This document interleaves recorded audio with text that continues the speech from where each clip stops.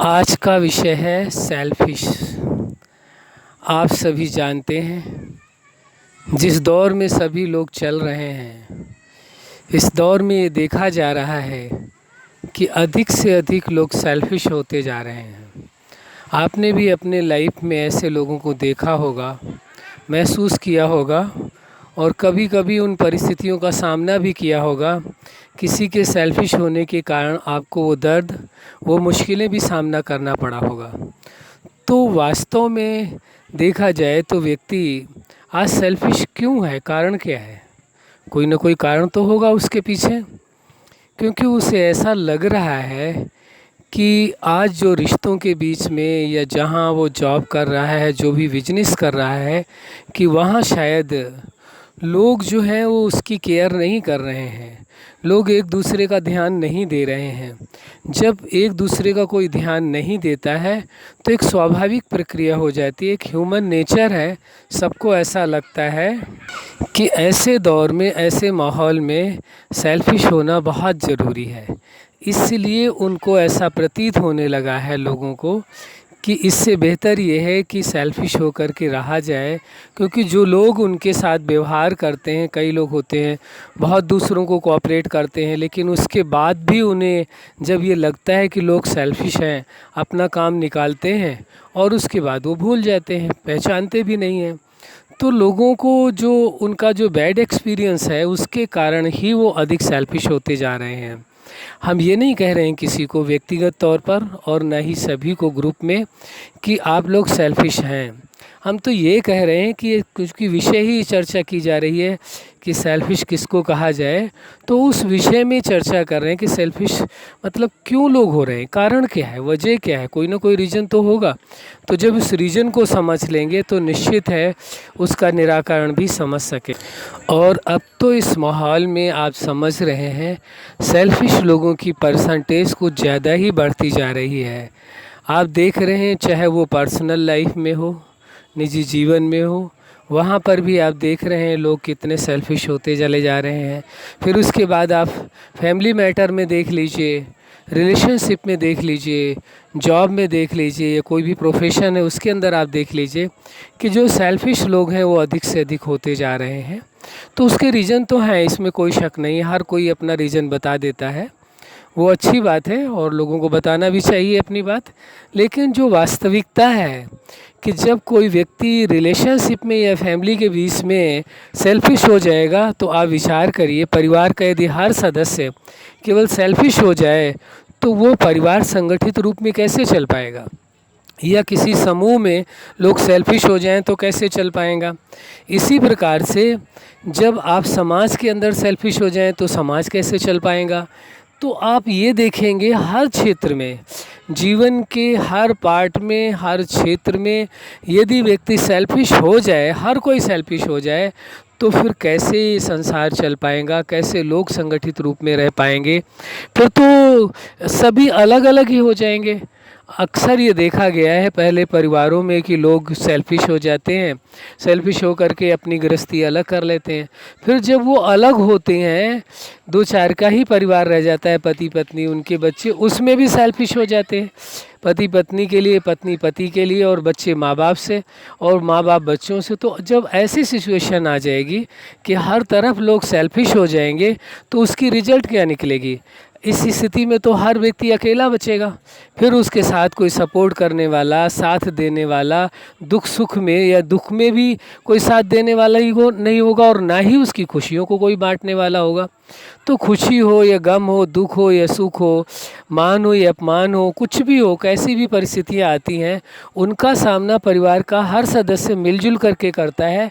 यदि सभी सेल्फिश हो जाएंगे, सोचेंगे कोई हमारे साथ तो नहीं घटना घट रही है, ये परिवार के किसी और सदस्य के साथ हो रहा है और हमें क्या इससे लेना देना। हर व्यक्ति यदि सेल्फिश हो जाएगा परिवार में, तो फिर परिवार संगठित रूप में कैसे चल पाएगा, उसे परिवार कैसे कहा जा सकता है।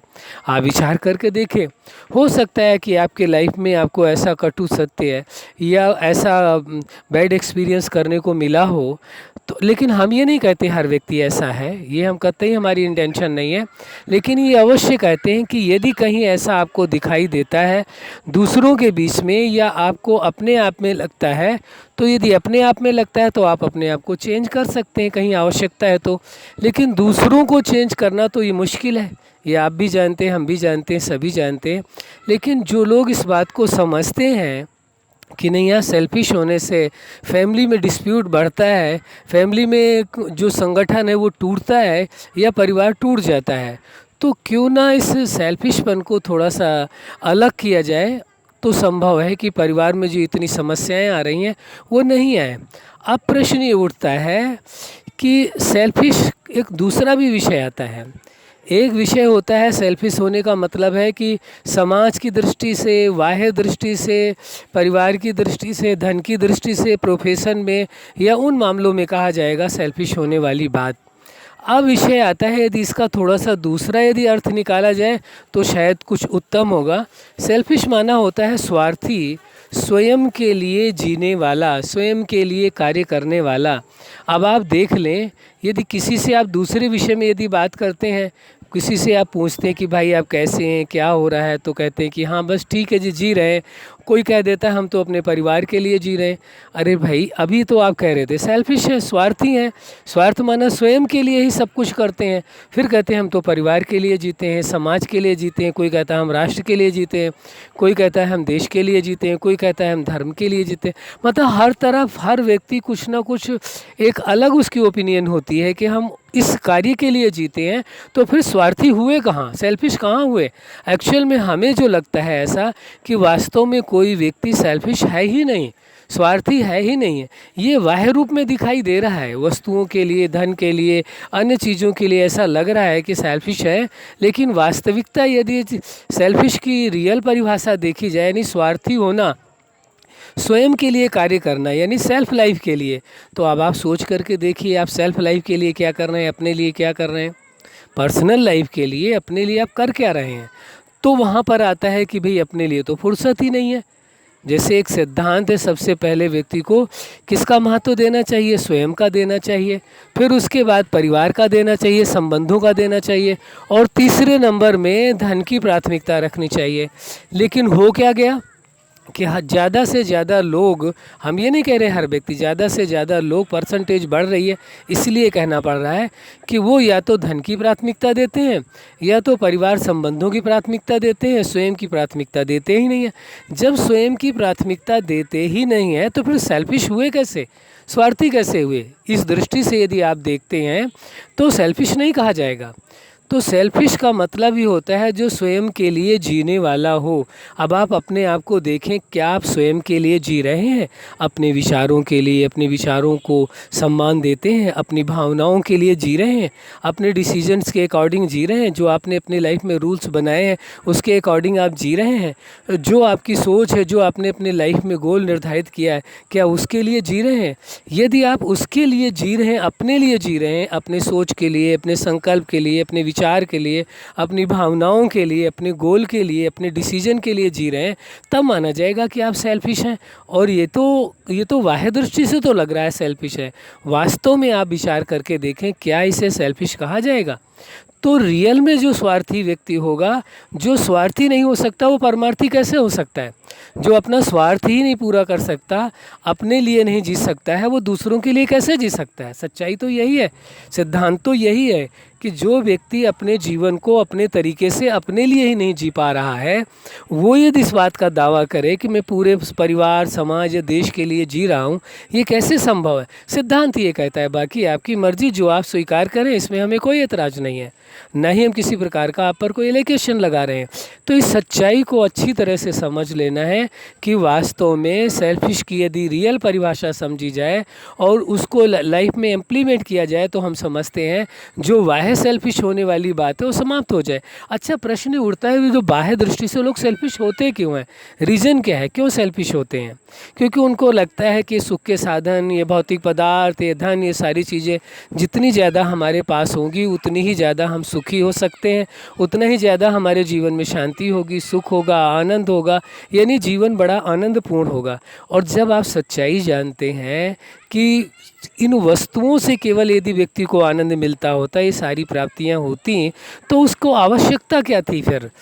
आवश्यकता क्या थी अपने लिए सोचने के लिए? फिर तो हर व्यक्ति सुखी होता। जब हर व्यक्ति को ज़्यादा से ज़्यादा लोगों को कहा जा रहा है कि वो सेल्फिश हैं, तो वो सुखी होने चाहिए, फिर सुखी क्यों नहीं है?